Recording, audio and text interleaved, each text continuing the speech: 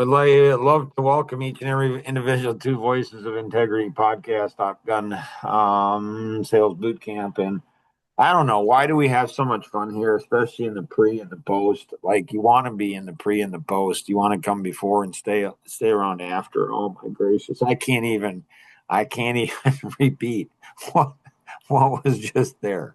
Like I just like it's just not even appropriate. But some things will come out today. One of these things I remember when I was promoted to a sales manager. So I'm 24 years old, and so I'm just in it for I don't know 6 months or something. And the president of the company comes to me and he says, Mark, we're going to have to lay off operations. So at that time, like all the salespeople are men, younger guys like me. So we're in our 20s and 30s, maybe, but mostly in our 20s. And so younger guys, and the processors, the one doing the mortgage application and work and processing it, we're going to be all women. So all men and then all women.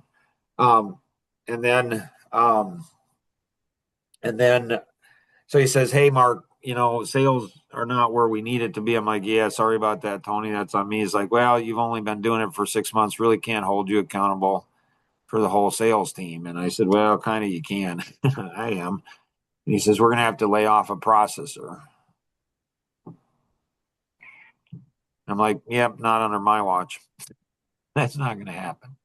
And you know, I've got, we had our first child, Ginger Ann. And so she was baby. Rosanna's not working out of the home, and we have a house, and things are, going better for us financially. We're not making $1 an hour, so we're doing okay, but definitely not doing great. I mean, not, but he says, well, we're going to have to do it. That's just the numbers. And I said, not under my watch. He says, it's not, you're really taking ownership of stuff that, fortunately for those ladies, I didn't know something that I know now. What's that? Are adults. Right? they're adults. Everybody's an adult in the room. If they're all adults, how come we're not producing? So he's like, well, Mark, it's not on you. I said, it is. It's my responsibility. So I said, cut into my salary, take my salary, and I didn't have a lot at the time, but take my commission. Like I'll pay to keep them because that's my responsibility. It's not vice president of operations. It's not Carol Koshan. She's not doing it. She's the one that's running them. No, I'm in charge. This is what it is. And so, I mean, that's just real stuff. Like, that's the kind of person you want to be. You just like it's going to happen like this, and it's my responsibility. It's my responsibility to go ahead and produce results. That's what it is. And there's a lot of examples, and um, so we're in flow and we move, and like Tom, I've probably seen him tear up in 20 plus years. I've seen him tear up maybe 4 or 5 times. One of the times he did, he was talking about Century 21 when they were just in their startup mode. And I don't know if this is on the list, Nora, for Tom, but there were, I don't know, 9 franchisees, so 9 people. And so it was when it's in its early days, really early days. Um, and so one of the franchisees came into one of their meetings and said, listen, guys, it's not cutting it for me. It's not, yeah, I'm going to have to drop out. And the other 8 said, yeah, that's not going to happen. And they all chipped in and helped him through it. How do you build?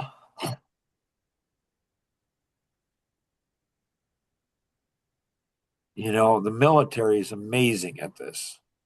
They bring people from all around, all different inner city, black, white, Hispanic, Indian, Chinese, all different things, bring them together, and they bring a unit, and somebody would go ahead and Like somebody would sacrifice their life for others, jump on a grenade. You're going to die.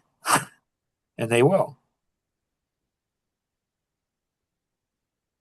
And so so how do you build that kind of team and camaraderie? That's why going through this with like a team, like we're going to spend the rest of our lives together. I mean, where the seasons go, there's different seasons in life, and so, but how do you go ahead and forge, like when your life vision is bigger than death, you get over stuff.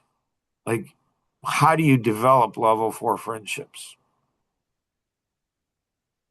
And how do you go ahead and, when you go on a, wilderness adventure, you got to come together. Like in sales, you come together, like you forge things. It's like when Nora, called yesterday afternoon and she's had some, okay, here's this, like she's getting the fire in the belly. Like if you guys haven't watched, Rocky 1, like the fight of what is it? The fight of the tiger or something. And it's just like, you get, like I get tingles right now. I haven't seen the movie in decades, but it's like, how do you go ahead and build? And so Nora is getting like the taste. She's getting like that person, that their mind. That's what it takes. They call it in sales a fire in the belly. Like their mind. Not for the money. It's not for the money. It's because you can help them. It's because you can transform their lives. It's because you got something that nobody else has.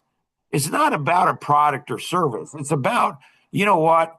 I am the best. In the final exam for loan officers, I had a question, and it said, who's the best loan officer, in the world? And then it had Dan Graham. And so he was one of our top that had been through the boot camp. And he came in and he spoke. He says, so the three of you, none of us know where you're going to be in a year, 2 years, 5 years, 10 years, but this is going to change your life. It just will. Why? Because you make a determination that it does. So you'll come back to, future generations and you'll say, listen, this changed my life. You need to listen to Mark. Like I'm telling you, it'll literally save your life. And so it said, who's the best loan officer? Dan Graham, Mark Boersma, this, and then it was their name, you, like you. The answer is you. It's not ego. This is not, you're not the best loan officer just because of ego. It's not. It's not ego. It's, are you going to be the best? You make that determination. Like nobody can top you. Like you are the best because you choose to be the best and you're willing to do the work to be the best. You're willing to make the sacrifice to be the best. You're willing to go ahead and take the risk to be the best. You're going to do it because that's who you are. It's going deep down inside and finding something deep. Like we're working with Luke on laziness and Kenny on how do you lock it in? So Kenny's got these wild up and down cycles. So when he's hot, he's hot. When he's not, he's not. He got to lock that bad boy in? Luke's, you got a tendency to, take the easy route out, find the easy route, just do that. So, okay, so those are weaknesses. That's what they need to do. You're all asking, well, what's Nora's? Well, she's a woman, so she's a princess. Like she's just a princess. What can I say? And so, she learns how to use that superpower for her advantage, and it's okay. But she's a tiger. I mean, she's a bulldog. She won't give up, and she'll work like crazy. And so I don't know. I think every human being can be successful at sales, but you got to want it. You got to understand. Would you rather die in the jungle or live in the zoo? With me, I'd rather die in the jungle. Like that's what I'd rather do. And I'm willing to take the risk of living in the jungle. Like You go days without food. Yep. Yep. You don't pay attention. You get eaten. Yeah. Zoo is what a comfortable place to be. And you get fed and that. I mean, that eat, somebody takes care of you. And the only thing you give up is your freedom. I don't want to give any of that up. So, Nora and I yesterday, we take, I don't know, 5 or 10 minutes to give her little tiny touches. Okay, take this to this, look at this and this and this and this. And so next time she does, she's just going to text me and she's going to say, hey, can you jump on Zoom? And if I can jump on Zoom, we'll do a short thing. And then there'll be somewhere in Top Gun Sales Boot Camp, and she's going to organize the whole thing for all of you. So here's a single mom, and she's going to organize the whole thing. And you know what? Lincoln might be in the background, and it's okay. Like, it's fine. Learn to focus. Like, it's fine. Like, he'll probably say, hey, Mark, how you doing? He and I'll have a great time talking. Like, and so you do what you have to do to get what you say you want, and then you have meaning, and that gives you confidence, and that gives you the ability to go on to the next season of life, whatever that is. And then you look back and say, this is what we went through, and we made it. And I helped somebody else make it. So I go back all the way to 23, 24, and it's like I can go ahead and, I can help. I can do things that nobody else can do. Why? Because I've done things that other people were not able to do. Nora, what you got? I had 26% yesterday. So my sleep last night, I was thinking, okay, so you're doing all this other stuff, and that's awesome, and it's great. We got to turn it into, sales. And so what I thought is, after you read, after you proof, after you do something, after you work on the website, after you go ahead and look at something, after you go ahead and, look at the financial freedom book, and how do you go ahead and embed, Dreamscape, creations into that. Okay. How do you go ahead and text, I don't know, 10 people, 20 people? Hey, I just did this really interesting thing, with one of my clients, and so it's like, so how do you take what you're doing, and how you have to have outward focused? So how do you text it? So a minimum, like, we got to get that minimum up to 40 or 50%, 50%. So how do we do that? And so, with Lincoln, he's 3 years old, so he's going to have a lot of energy. He's got a lot of energy. So it makes it hard for Nora to make phone calls. Well, that's how you make money in sales. But can you do it another way? I mean, she's working on leverage. So it's just going back. It's walls of opportunity. It's over the wall, under the wall, to left, to the right, blow it up, tear it down. Some way, somehow, you're going to make a breakthrough. Bigger, more important, the bigger and thicker the wall, the harder it is to make it through. I mean, when you look at what's happened in my life, or my wife and I, we have over an 85% chance of divorce. Not just because of Jonathan's death 5 years ago. I mean, it's interesting. I would think people would be asking, how do you guys do it?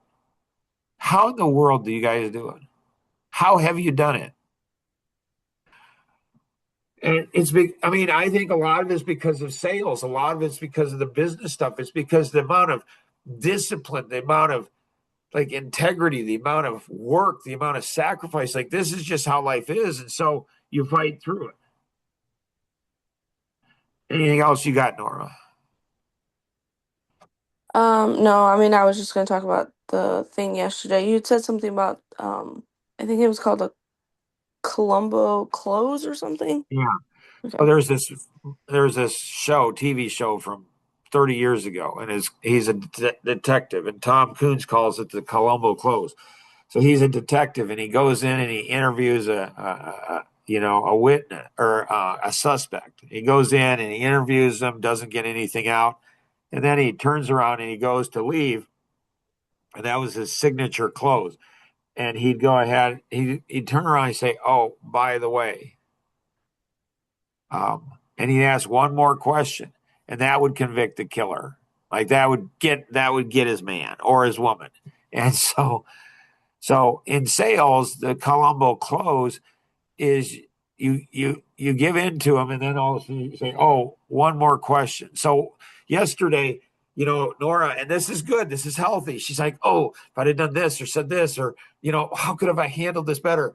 Like, how could have I gotten this? Maybe I should have approached." That's just good.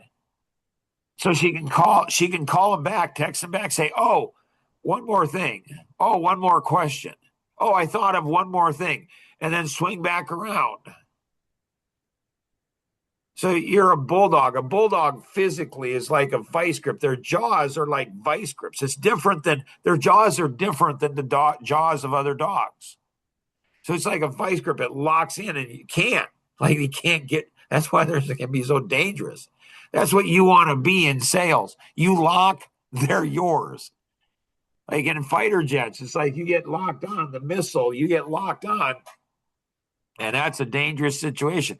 Like that's what I am with friends.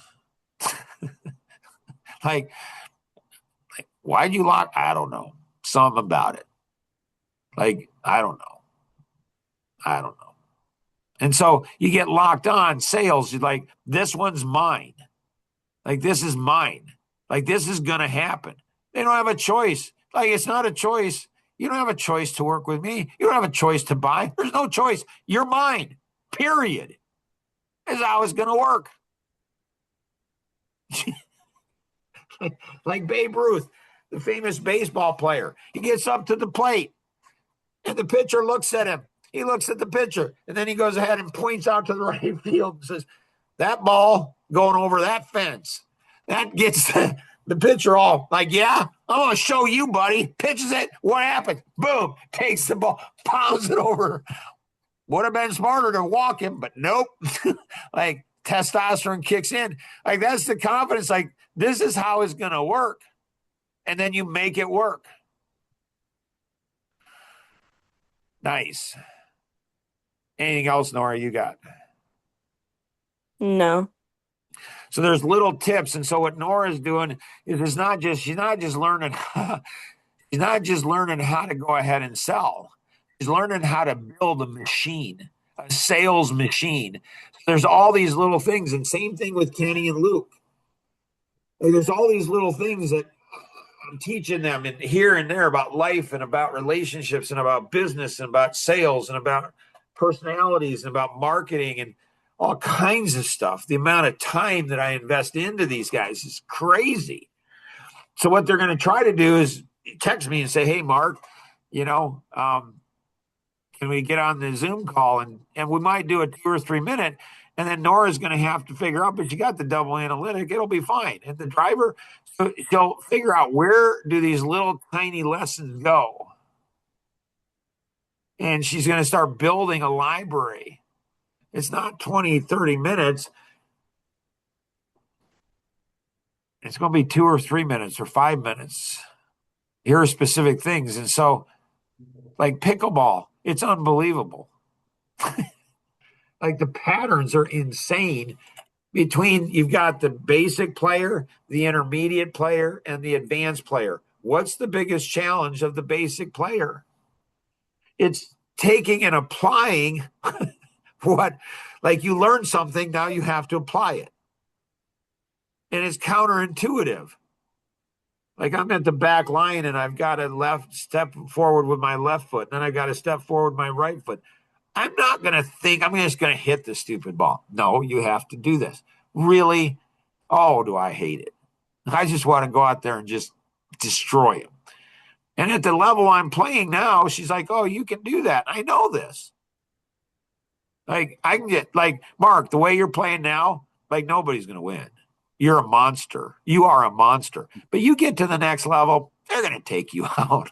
They're going to eat you alive." She knows what's going to happen before. So the intermediate, what's their biggest challenge? Same thing in sales. Biggest challenge is, okay, so you learn something on Top Gun. You learn it. Okay, now you got to go apply it.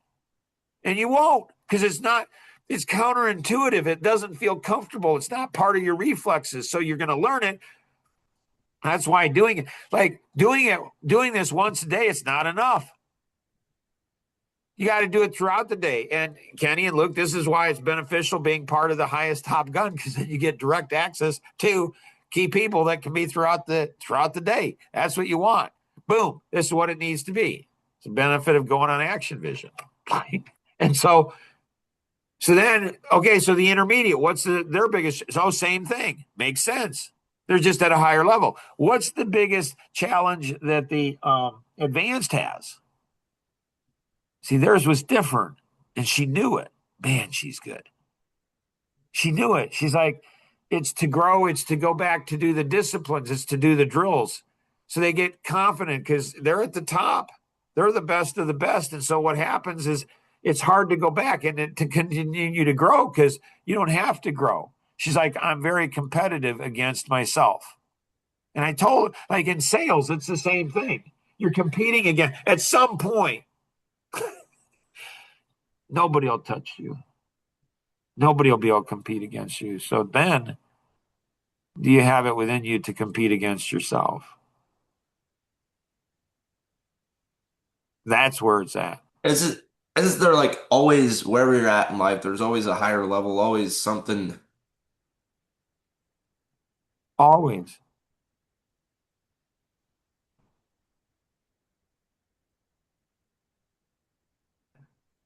Always. And so then what's the biggest challenge? So it's getting like you don't have to, you're now winning everything. Now you're winning all the games. And so you don't have to do the drills, you don't have to do the other things. And so it's doing things that are boring that you don't like to do. And what's the biggest challenge of men? Ego.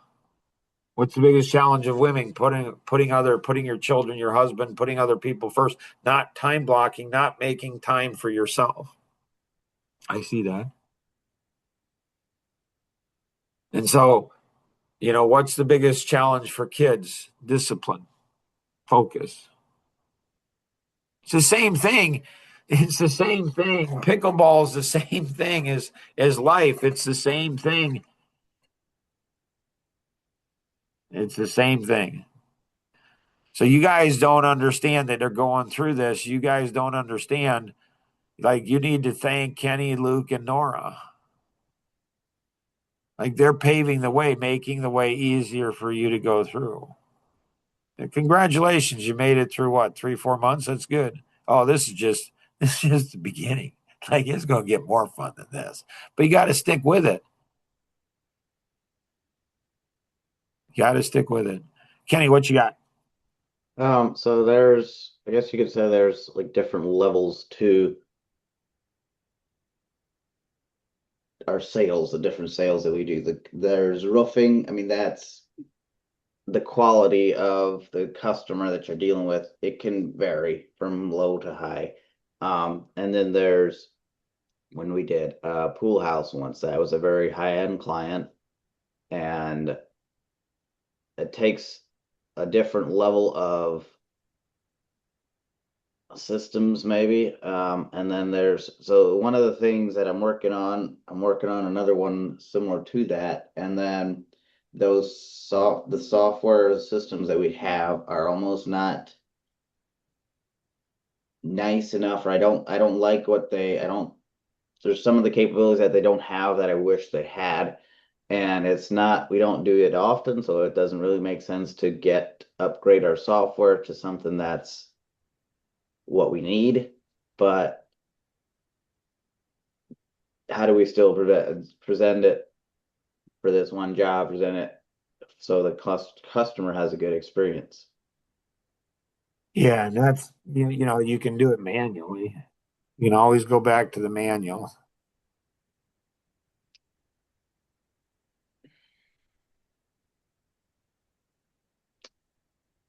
Not if it's designing in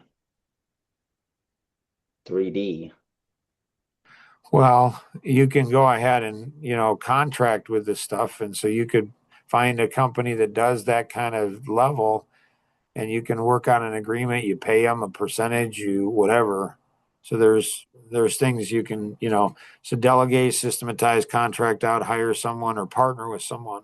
You potentially could go ahead and sell them, on, hey, can you learn their system and their software to help them out on stuff? I don't know. There's a whole, like, it's the walls of opportunity. It's over, under, left, right, blow it up, tear it down somehow, some way. You get that as a reflex. I won't be denied. Like, I'm 23 years old. I've got a wife who's 6 months pregnant, bought a house, can't put stuff on. I got other options. I mean, I could go get a real job. I'm getting rejected. People are telling me that they're going to do business with me, refer business to me. I've been working 6 months. They're not following through. So it's reflex, 23 years old. I won't be denied. And it just won't. Like, you're going to do business with me. You don't have an option. You don't understand who you're working with, do you? You don't understand. You don't understand what you got here. You just don't. Like, it's a steel resolve. It's like, at 62 years old, it's still there, maybe more than ever. But that, people think, like, I remember with Tom Coons, like, I remember he's probably about 15, 16 years older than I am. And I remember when I was in my 40s and I thought, man, dang, that guy can do stuff that I can't do. And then I had the lazy way of thinking. And the lazy way of thinking was to go ahead and to think, well, when I get to be 55, I'll go ahead and have this skill set. And I thought, Mark, that's a stupid way to think. Like, you don't know Tom. Like, maybe when he's in his 20s, you're seeing his skills now, but maybe he could do what you can't do in 40s. He could do what he's in your 20s. Like, that's a stupid way to think. It's like, nobody taught me that. My college degrees didn't teach me that. That's something I just had to say, Mark, that's a stupid, lazy way to think. Buddy, you got to figure this thing out. So here's something you guys haven't seen yet. And so marketing, it's consistency and commitment, it's work. Pre-sales is drive and discipline cubed, and it's discipline. Sales is clear communication and skill. Servicing is self-vaporization, it's artistry. And client best student in the world and everything is genius. So it's work that leads to discipline. Discipline and work combined together leads to skill. When you get work, discipline, and skill, that leads to artistry. When you go ahead and go work, discipline, skill, artistry, that leads to genius. And if somebody asked me, Mark, which of the 5 levels do you think you're at? Which one would I say?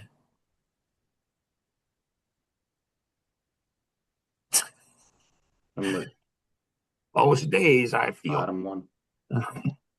most days I feel like work. Mark, you got to work harder. Mark, you got to be more disciplined. Mark, you got to gain the skills. You are an idiot. You can't, man, and that drives me. Because Mark, you haven't worked this long to, yeah, no, yeah, you got it, buddy. You got it. Luke, what you got? Um, so yesterday I lost, or I didn't lose him. He just told me that they're going to continue with their um contractor that they're using. No, you lost. So like, how do you? They have a lot of business. Like, how do I continue stay in touch with him and I guess maybe not annoy him, but convert him, I guess. What you do is here, you lost a prospect. Just call it what it is. Like Courtney says, if you're not first place, you're last. I think that's her saying. If you're not first, you're last. You haven't won. If you're not first, like man, is she steel. Like, it's just awesome. So here you're presenting a solution and it didn't work. And so you didn't get the right data.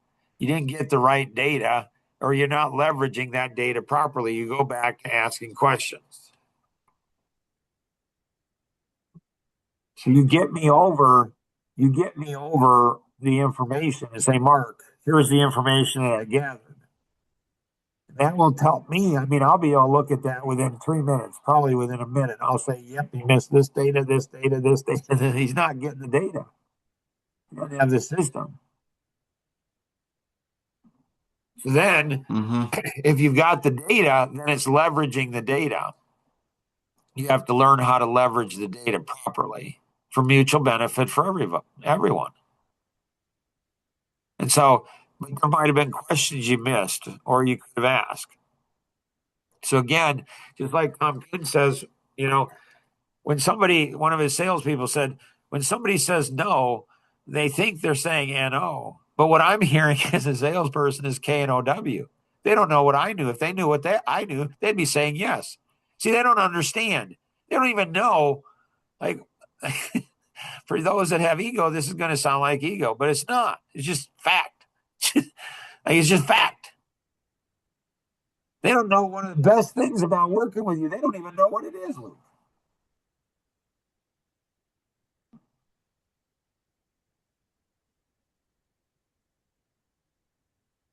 Questions?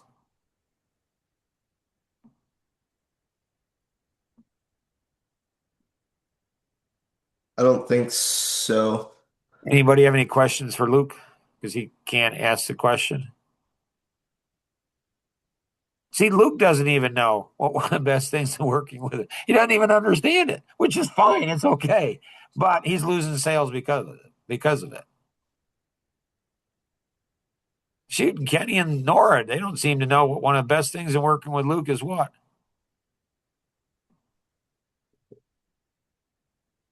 I'd be fine with that. Kenny can say it. So he's thinking one of two things, and either one's right. What is it? Kenny. What One of the best things in working with Luke is what?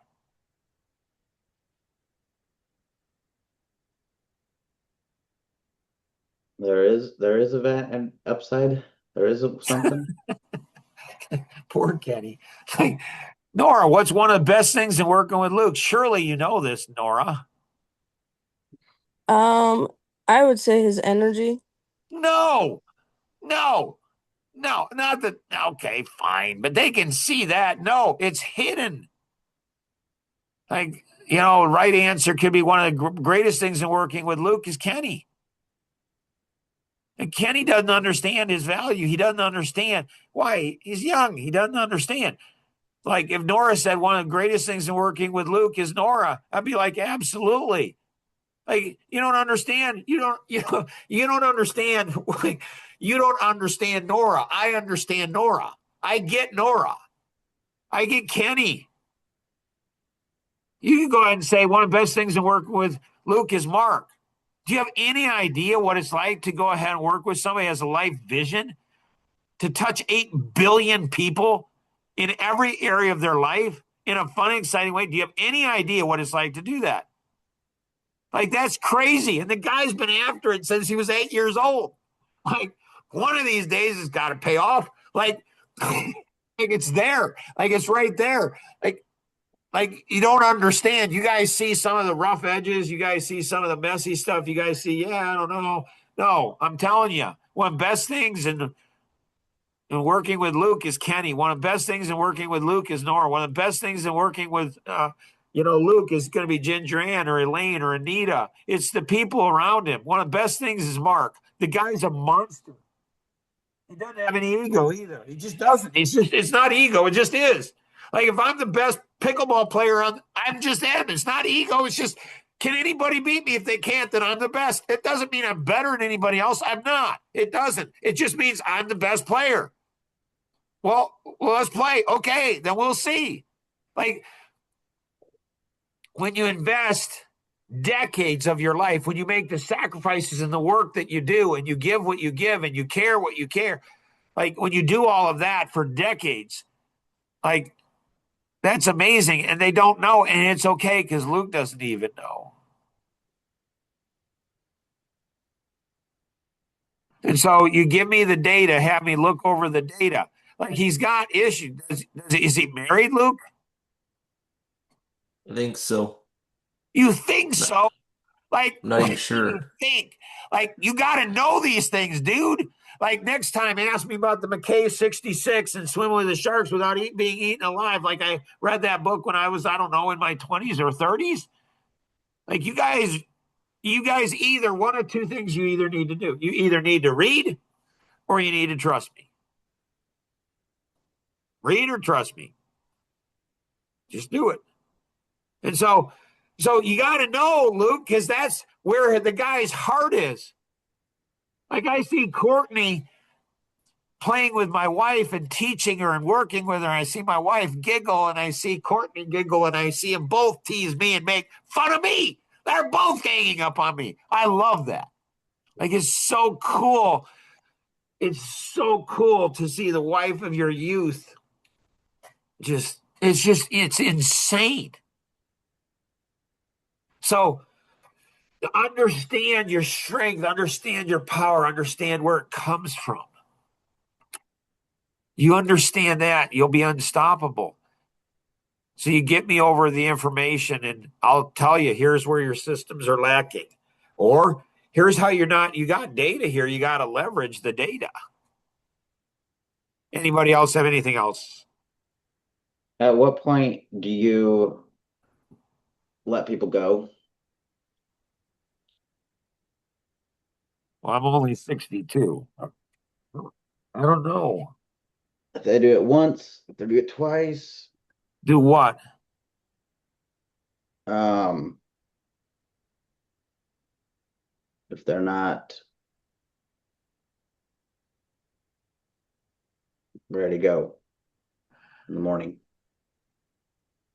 Oh, I think you try to go ahead and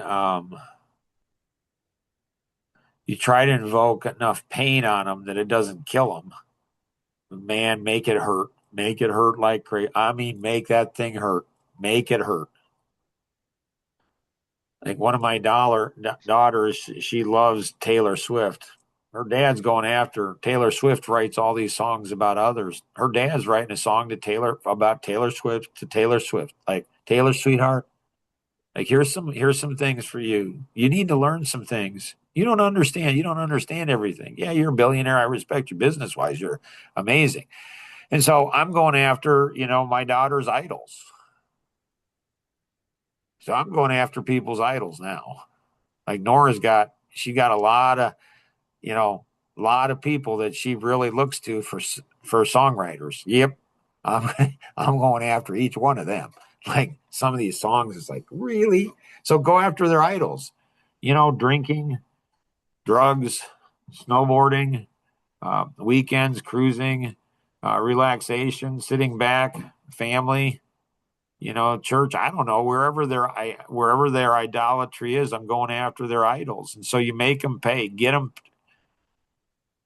I've only had to fire two people in over 40 years of owning companies. I've only had to fire two people. Everybody else leaves willingly. I try to go ahead and have appropriate heat. And, either people are going to quit, tap out. Yep. Ring a bell like the Navy SEALs. Ring a bell. Yep. Good. You left. Like Jim Bontrager says, I know why you like when people leave. I don't know if I like it, because you can invest your time. You pour so much time into people, Mark. And when they leave, you can take that same time, invest it into two, three, four more people. Dave Libby on a Coffee Connection. Like 20 years ago, he said, I think you need to go narrow. I think you need to develop a core people around you. Like pour it in, like Jesus did with his disciples. And so pour it into a core people. So 20 years ago, he said that. And I was like, oh, that's pretty good advice. I'm going to do that. So hopefully this is helpful to everybody. You guys have an amazing day. Bye.